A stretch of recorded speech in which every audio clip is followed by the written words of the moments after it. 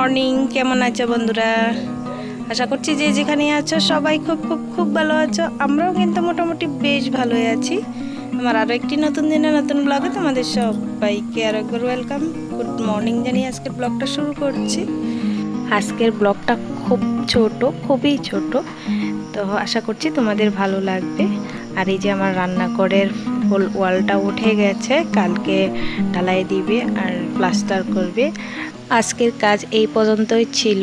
তারপরে সমস্ত গুছিয়ে টুচিয়ে স্নান দান করে এসেছি। এই যে দেখো হিমাশ্রীর পাপায় আসার সময় মোমো নিয়ে এসেছে। আর আজকে নীলাশ্রীকে একটু ডাক্তারের এখানে নিয়ে গেছে, দিন দিন শুকাচ্ছে, শরীর বাড়ছে না, তার জন্যই ভাবছিলাম একবার ডাক্তার দেখিয়ে নিই। কয়েকদিন ধরেই ভাবছিলাম, কিন্তু আজকে নিয়ে গেছিলো, আসার সময় যে মোমো নিয়ে এসেছে। তো এগুলো খাবো, খেয়ে তারপরে রাত্রে রান্না বান্না। আর বন্ধুরা আজকে দিনটা হচ্ছে শুক্রবার, আর বাজে তখন প্রায় রাতের 7টা। তো এগুলো খেয়ে দিয়ে তারপরে আমি যে রাত্রের রান্না বসিয়ে দিয়েছি, ভাত হয়ে গেছে আরেকদিকে। এদিকে আমি আলু সিদ্ধ বসিয়ে দিয়ে, আলুগুলো হাফ সিদ্ধ হয়েছে, তারপরে এই যে ডিমগুলো দিয়ে সিদ্ধ করে আলু ডিমের তরকারি করব রাত্রে। আর দিনের বেলার কাজকর্ম এসব আর তোমাদের সঙ্গে শেয়ার করা হয়নি। আর কি আর কাজকর্ম তোমাদের সঙ্গে শেয়ার করব, সকালের রান্না বান্নাটুকু করছি, তারপরে টুকটাক এটা ওটা করছি।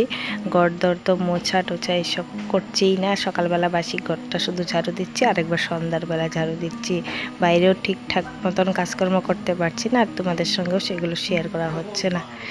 তো আজকে সন্ধ্যা থেকেই ব্লগটা শুরু করেছি, খুবই ছোট্ট একটা ব্লগ।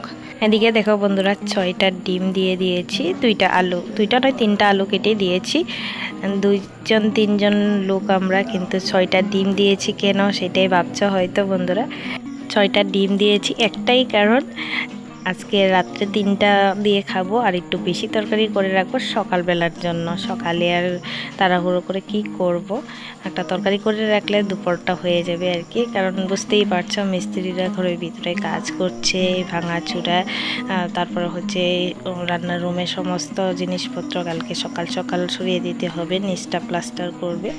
তো ভাবছি সকালে রান্না একটু এগিয়ে রাখলে ভালোই হবে, তার জন্যই।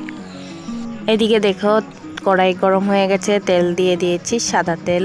তারপরে একটু নুন দিয়ে দিয়েছি, নাহলে ফুটবে। একটু হলুদ দিয়ে দিলেও ভালো হতো, কিন্তু হাতের নাগাদ আমি হলুদটা আর পাইনি, নুনটা পেয়েছি, নুনটাই দিয়ে দিয়েছি। মাছ ভাজতে গেলে একটু নুন বা একটু হলুদ দিয়ে দিলে তেলটা কম ছিটে, তার জন্যে। এই যে দেখো এখনও হলুদ দিয়ে দিয়েছি। তা চলো রাত্রের রান্নাটা সেরে নিই। আর বন্ধুরা, আমার যেসব বন্ধুরা নতুন দেখছো আমার চ্যানেলের ব্লগগুলো দেখে যদি তোমাদের একটু ভালো লেগে থাকে, চাইলে আমার চ্যানেলটা সাবস্ক্রাইব করে রাখতে পারো, পাশে থাকা বেল আল বাটনটি অন করে দিও। আর পুরনো বন্ধু যারা আমার ব্লগগুলো দেখছো, ভালো ভালো কমেন্ট করছো, তোমাদের অসংখ্য অসংখ্য ধন্যবাদ। আর এই পর্যন্ত দেখার জন্য অসংখ্য অসংখ্য ধন্যবাদ। এই যে আমার রান্না বান্না হয়ে গেছে, একটু শীতল চাটনি করেছিলাম সকালবেলা রয়েছে, আর এক তরকারি। আর আমার মেয়েকে আগে খাইয়ে নিই, ওকে খাইয়া তারপরে আমরা খাবো। তবে চলো বন্ধুরা, ব্লগটা আজকের মতো এখানেই শেষ করি। দেখা হবে আরও একটা নতুন দিনের নতুন ব্লগে। ততক্ষণ তোমরা সবাই ভালো থেকো, সুস্থ থেকো, অল টাইম হ্যাপি থাকো, সাবধানে থাকো। চলো আমার মেয়েকে খাইয়ে নিই। আজকের মতো টাটা।